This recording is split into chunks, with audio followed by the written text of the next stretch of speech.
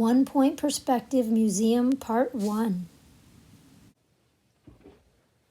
Hi everyone. Just setting up for a quick demonstration of what we've been doing for the past, 5 weeks or so. If you need this, I'm setting it up so that you can pause and watch again, and if you have trouble with a certain section, this should help, okay? First thing we did was we put a dot, which are called our vanishing point, in the middle of the paper. And we drew a line to each corner. Now, I don't know if you'll be able to see this line too well from the dot up to the corner or thereabouts. I'll try and draw dark, but you're supposed to draw light in the beginning. Okay. Then we wanted to create a back wall for our gallery, and we needed to cut the triangle off somewhere, leaving room for 2 paintings on the wall. So you don't want it to be too big, but you don't want it to be too teeny weeny either. So you just guess. That's kind of big, actually.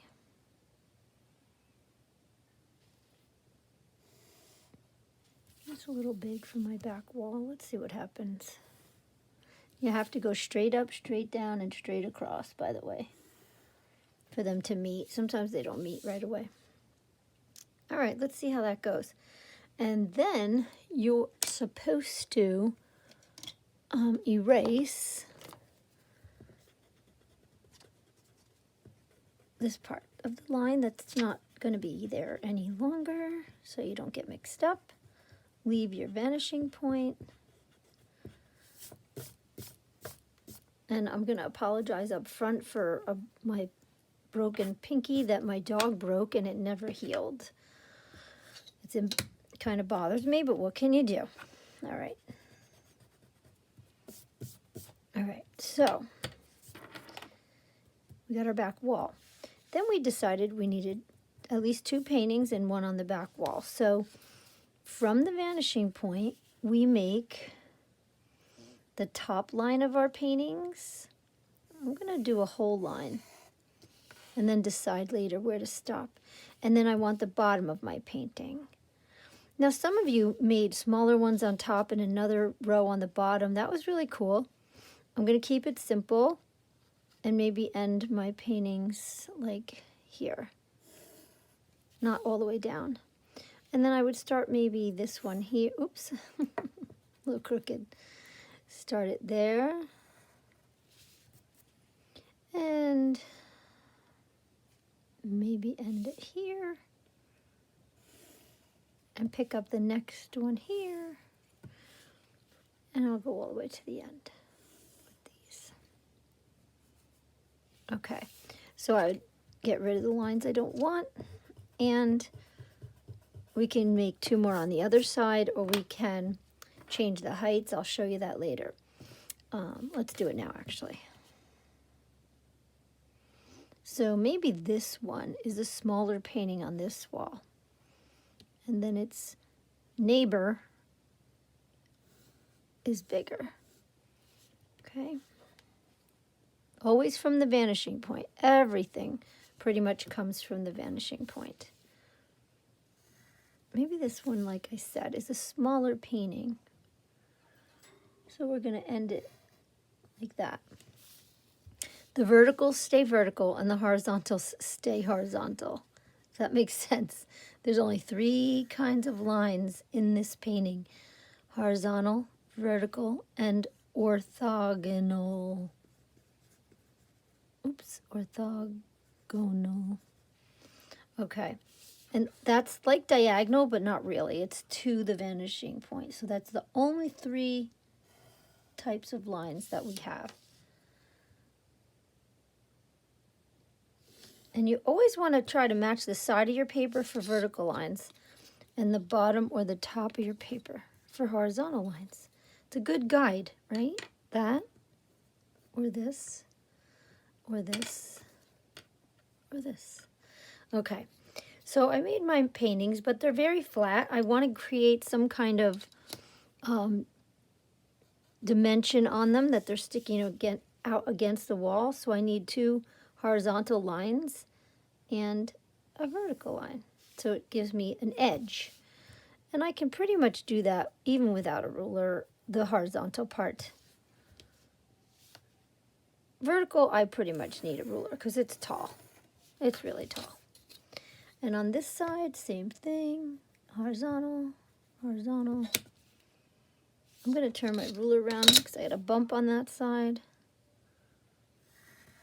And technically, the edge that's further away would be a little smaller than the closer edge. Sometimes it doesn't work out that way, and I'm not taking off points for that in any way. But if you understand the perspective and you can do that, that's even better. Ooh, that one's on an angle, whatever. Okay, so we have our paintings. Now it's time to draw a bench because then the floor can go kind of under the bench. The bench is randomly placed. Some of you may be down here. Some people made 2 benches. I'm just going to do 1. And I'm going to say maybe like it start here on the wall. So I go across the paper there. Make a horizontal line. Let's see. I'll do a nice one even with the bottom of my paper. Try to center it. And then some legs. I said it looked like a big staple, just like a big giant staple. And then I can double all my edges for cushion and legs. This is the most simple bench you could draw. There's lots of other details. You could make fancier legs or... all right, now that's just the side. We need the top, which will point to the vanishing point because anything that goes that way in the room would go to the vanishing point. So match dot to dot. Perspective is a lot like that. It's just basically a dot to dot and knowing what lines go that way and which ones are vertical and horizontal. So this bench is pretty long. It actually starts, if you look, from this part of the wall and it's going all the way to the middle of that painting. Ideally, you would place it in front of paintings, but that's fine. We get it. And I always like doing my little crisscross bars at the bottom here. It's just something I think is kind of cool. You don't have to. You can look at other benches. You can design your own bench. You can do some crazy thing in the middle, whatever you want. All right.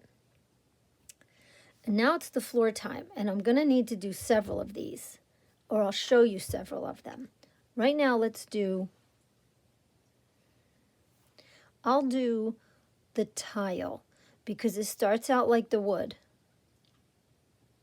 Or...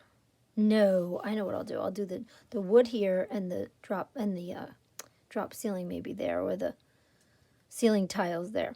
So wood would have dots closer together on the back wall. You don't have to do wood. You could make them farther and do tile.